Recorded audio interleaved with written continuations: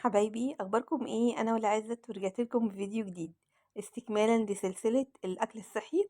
هنعمل نوعين سناك صحي حلوين قوي. تعالوا نشوف هنعملهم ازاي، بس مننساش اللايك والشير والاشتراك في القناه وسيبوا لنا تعليقات حلوه تحت الفيديو. تعالوا نشوف هنعملهم ازاي.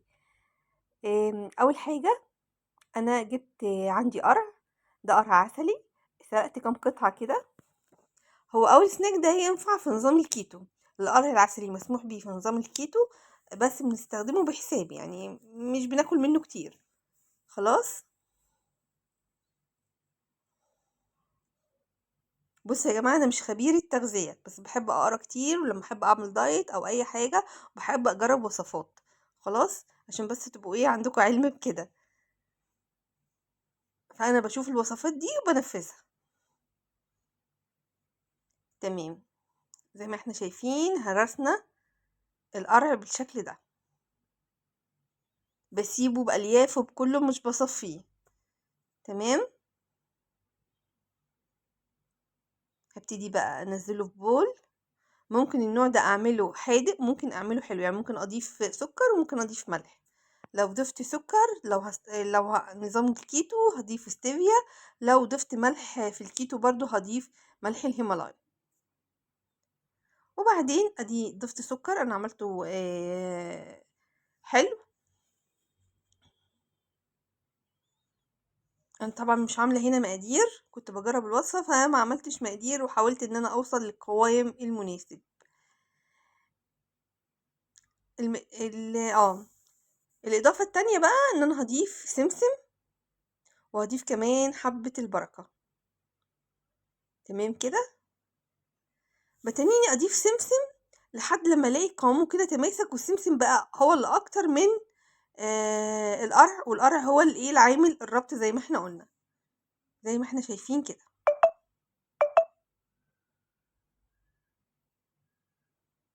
تمام. تمام.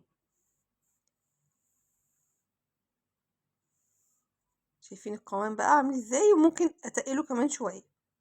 بعدين هجيب صينية هدهنها. هحط عليها ورق الزبدة، وهدهنها يا إما زيت جوز هند يا إما زيت زيتون، زي ما احنا اتعودنا بقى، عشان هما الاتنين مسموح بيهم في الكيتو، وفي اي نظام دايت تاني برضو يفضل ان انا استخدمه. وابتدي اعمل بقى لوحدات السناك دي كده، مش هفردها اوفر زيادة عن اللزوم. زي ما انا قلت لكم، انا عملت كمية صغيرة مش كبيرة كنت بجربها. وممكن نضيف بدل القرع موز مهروس، بس الموز مش بينفع في نظام الكيتو، فعشان كده انا قلت اجربها بالقرع. اهو اي حاجة كعامل ربط. تمام. اللي ما عملناش لايك بقى يا جماعة ينزل يعمل لنا لايك. انا بنبسط جدا وبفرح جدا بالتعليقات اللي بتسيبوها لي والاستفسارات، سواء على الفيديوهات او على الخاص. بجد ببقى سعيدة جدا، وبحاول بقدر الامكان ان انا افيدكم وارد عليكم. تمام. طبعا انا بدخلهم الفرن على درجة حرارة 180، واستنى لحد لما يهدوا خالص. حتى لما بطفي عليهم ممكن اسيبهم شوية عشان يتحمصوا حبة. هم عملوا لي كام واحدة دول، هم شايفين شكلهم. دخلهم الفرن بقى، وده شكلهم بعد ما خرجوا. كانوا حلوين ولذاذ بصراحة. شايفين حلوين قوي. ممكن تاكليهم بقى مع شاي، مع قهوة، مع اي حاجة. ولو حادق ممكن ناكل بيها الجبنة.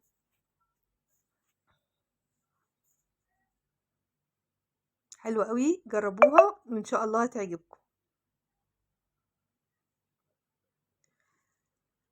السناك التاني بقى طبعا مش كيتو خالص التاني، بس برضو نظام صحي وحلو قوي. سناك صحي وحلو قوي. شايفينه هو معمول من الشوفان زي ما احنا شايفين كده. تعالوا نشوف برضو هنعمله ازاي. اول حاجة انا جبت شوفان اللي هو الحبة الكاملة.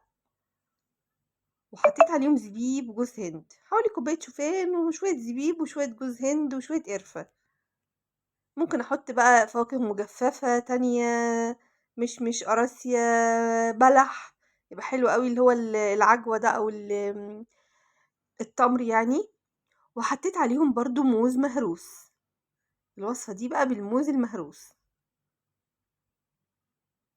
تمام، برضو بضيف الموز لحد لما القوام بتاعهم يتماسك، عشان حجم الموز غير بعض، لحد لما اعرف الم القوام، او القوام احس ان هو ممكن يتماسك في قلب بعضه. تمام. ممكن بقى افردهم بمعلقة زي الوصفة اللي فاتت، او ممكن اعملهم بمعلقة الايس كريم، بس برضو بدهن الصينية مادة دهنية اللي هعمل فيها. ممكن برضو اعملهم على ورقة زبدة مدهونة زي الوصفة اللي فاتت برضو عادي خالص. انا قلت اعملهم كده بمعلقة الايس كريم، وابتدي اديهم شكل دائري كده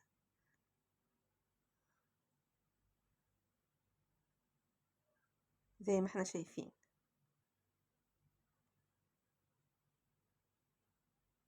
ممكن اللي حابب يضيف عليه كاكاو اوكي، ممكن فانيليا بدل القرفة، مفيش مشكلة برضو.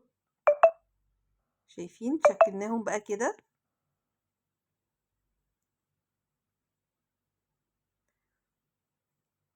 وبرضو هندخلهم الفرن على درجة حرارة 180.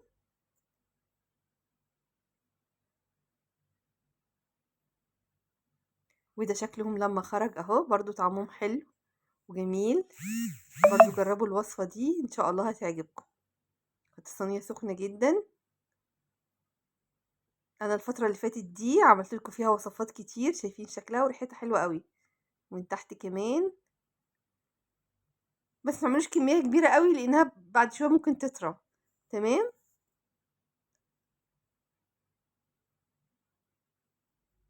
يعني نحمصهم كويس في الفرن، وزي ما قلنا لما نطفي الفرن ممكن نسيبهم شوية عشان يتحمصوا بزيادة. ده كان شكلها برضو. زي ما قلت لكم الفترة اللي فاتت عملت لكم فيديوهات كتير صحية، هعرض لكم بعض صور منها عشان لو في حاجة عجبتكم هترجعوا للوصفات الأساسية. تمام. دي جرانولا،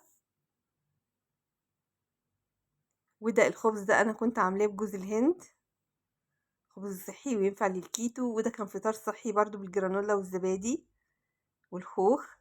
وده كان سناك صحي مالح كان حلو قوي برضو، من الوصفات اللي عجبتني. وخبز الشوفان، كل دي فيديوهات انا عملتها قبل كده. والخبز ده توست، ما كنتش مستخدمه فيه ولا دقيق ولا شوفان، ارجعوا للوصفه. وده كان من برضو كان كايزر توست